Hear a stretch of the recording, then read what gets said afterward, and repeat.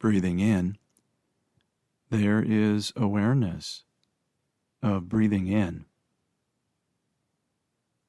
Breathing out, there is awareness of breathing out.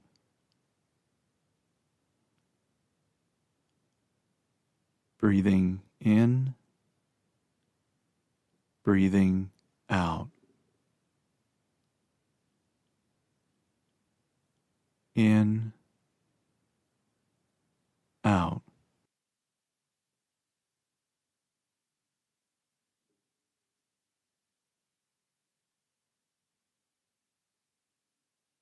Other insufferable feelings.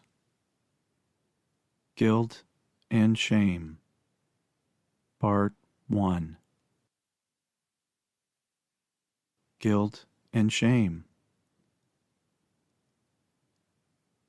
Guilt describes how we each think or believe we have done something wrong, or have otherwise violated certain personal or familial values, religious moral virtues, ethical guidelines, or cultural traditions, consequential to causing psychological and or physical hurt or harm to mostly others but also ourselves, while shame reflects various negative assessments we burden ourselves with in relation to the level or degree of guilt we feel, often as a form of self-punishment, but also as punishment laid upon us by those who feel their beliefs have been offended and even violated.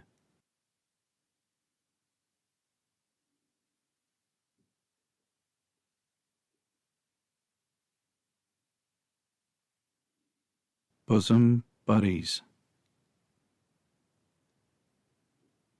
Usually, yet far from always, shame becomes a byproduct of one's guilt, and while the latter often reflects a sense of moral or ethical wrongdoing regarding certain behaviors, the former typically adds some degree of disappointment, disgust, and even resentment towards ourselves because we should have known better, because we were perhaps ultimately conditioned in our youth to think as well as behave in far more appropriate or socially acceptable manners.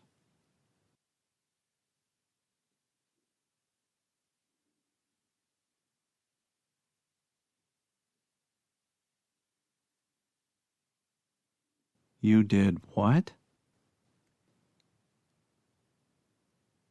To feel a sense of guilt, one needs to either become self-consciously aware of some perceived misdeed, sometimes through our own moral or ethical conscience, or made consciously and perhaps painfully aware of committing one or more infractions according to the moral or ethical conscience of those we have possibly hurt or harmed, or have otherwise transgressed against right and wrong beliefs of those who have made us so consciously aware.